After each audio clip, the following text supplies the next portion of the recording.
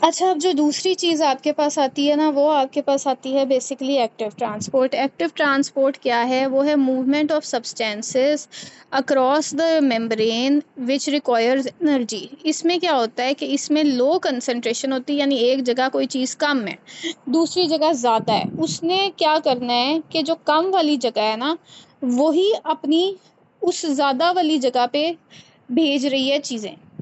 Suppose अगर glucose है, ठीक है, ग्लूकोज अब बॉडी के लिवर के अंदर कम रिजर्व्स हैं, स्टोर कम है, ठीक है। लिवर ने फिर भी बॉडी में एनर्जी चाहिए, तो ग्लूकोज लो से हाई में फिर भी जा रहा है, उसको एक्टिव ट्रांसपोर्ट कहा गया है। ये किसी भी स्पेसिफिक चीज़ के लिए हो सकता है, इसमें ज़रूरी नहीं है कि ये ग्लूकोज ही हो, लेकिन across the chemical gradient up hill movement जो है आपकी, उसको कहा गया है आपका एक्टिव ट्रांसपोर्ट। ठीक है, एक्टिव ट्रांसपोर्ट क्या है? एक्टिव ट्रांसपोर्ट है अपहिल मूवमेंट ऑफ सब्सटेंसेस, ठीक है, अक्रॉस द कंसंट्रेशन ग्रेडियंट। और क्योंकि ये अपहिल है, एक चीज़ है जो पहले किसी के पास कम है, अब आपके पास कम चीज़ें हैं, ठीक है।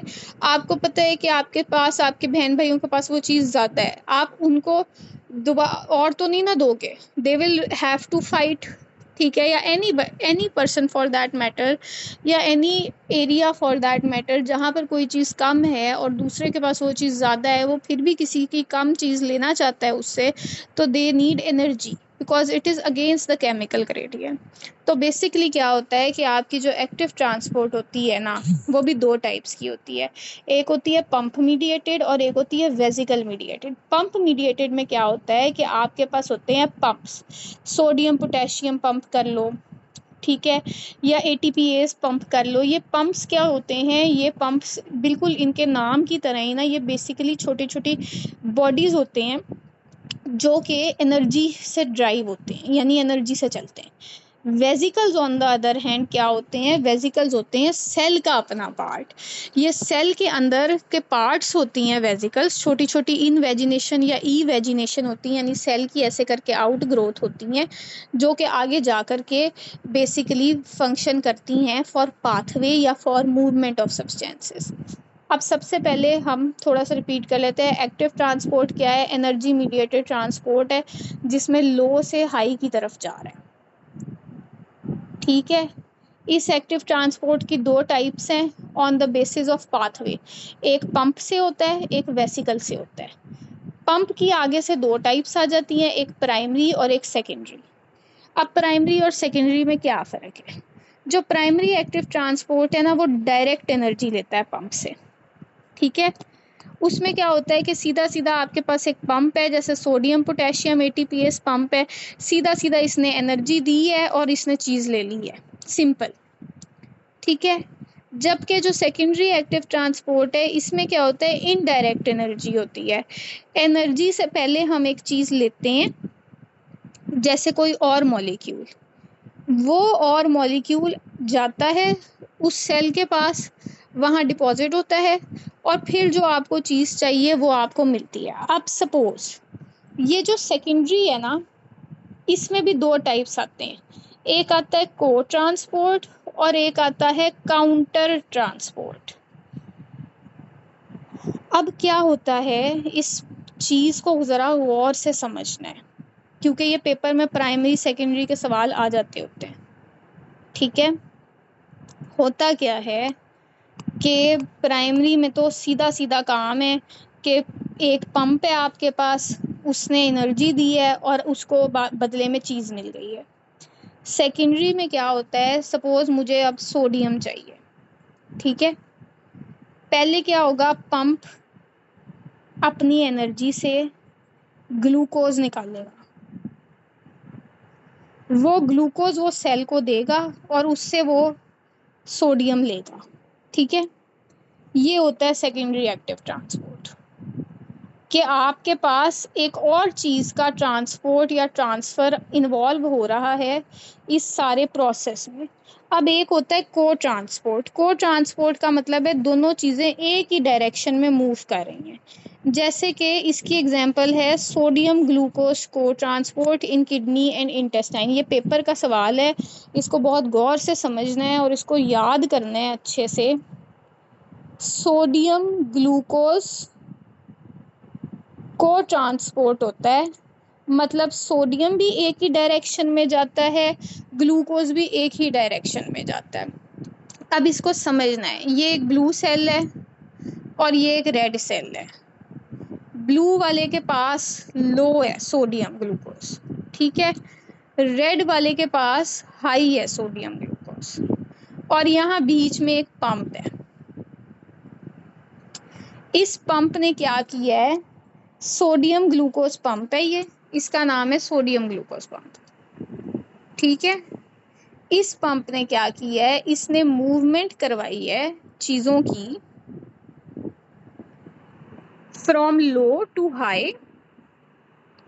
और कैसे करवाई है कि इसने किडनी और इंटेस्टाइन में, अब आपको पता है कि किडनी और इंटेस्टाइन दोनों को ग्लूकोज तो किडनी ने नहीं ना अपने पास रखना, उसने तो बॉडी में भेजना ही भेजना है, सोडियम ने भी भेजना ही भेजना है। इसने क्या किया है पंप ने, इसने ग्लूकोज भी निकाल लिया है एक ही डायरेक्शन में और सोडियम भी निकाल लिया है एक ही डायरेक्शन में, ठीक है। अपनी एनर्जी यूज़ की, हमें बेसिकली चाहिए था ग्लूकोज, ठीक है, यानी हमारे जो रेड वाला सेल है उसको ग्लूकोज चाहिए था, साथ उसको सोडियम भी मिल गया एक्स्ट्रा, दोनों एक ही डायरेक्शन में पंप की वजह से। इसको कहा है सेकेंडरी एक्टिव ट्रांसपोर्ट, ठीक है। अगर किसी को इसमें कोई क्वेश्चन होए तो वो दे feel free to text me to ask in group, ठीक है। ये मैं आपको क्लियर कर दूंगी पॉइंट, थोड़ा सा ट्रिकी है लेकिन इसको समझने की कोशिश करनी है। सेकेंडरी एक्टिव ट्रांसपोर्ट में क्या होता है कि जो पंप होता है ना, वो आपको साथ कह लो फ्री में एक और चीज़ भी दे रहा है।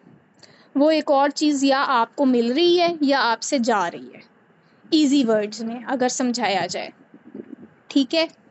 इसमें अब एक चीज़ होती है को ट्रांसपोर्ट, जिसमें वो एक एक्स्ट्रा जो आइन होता है वो आपको मिल रहा होता है। दूसरा होता है काउंटर ट्रांसपोर्ट, जिसमें एक्स्ट्रा आइन आपसे अवे जा रहा होता है, ठीक है। को सेम डायरेक्शन में, जैसे सोडियम ग्लूकोज किडनी में ग्लूकोज भी आ रहा है आपके पास, सोडियम भी आ रहा है। काउंटर ट्रांसपोर्ट ऑपोजिट डायरेक्शन में है। ऑपोजिट डायरेक्शन का क्या मतलब है, जैसे सोडियम कैल्शियम है। अब सोडियम और कैल्शियम का हमने पढ़ा है कि सोडियम कैल्शियम हो गया, या आपके जो स्टमक में होता है सोडियम हाइड्रोजन, सोडियम जो हाइड्रोजन जो है वो आपके पास आता है, ठीक है, और सोडियम बाहर जाता है। उसी तरीके से कैल्शियम अंदर आता है, सोडियम बाहर जाता है, ठीक है।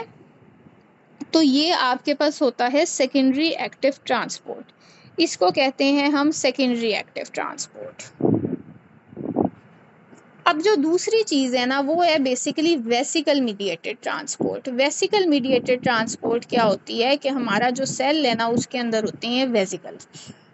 वो वेसिकल्स क्या करवाती हैं, दो टाइप की मूवमेंट करवाती हैं। एक वो करवाती हैं एक्सोसाइटोसिस। एक्सोसाइटोसिस का क्या मतलब है कि ये प्रोसेस है by which cell vacuole release करता है अपनी चीज़ों को बाहर, यानी मेम्ब्रेन से बाहर भेजता है, that is called exocytosis. Exocytosis क्या होता है, removal of material from the cell.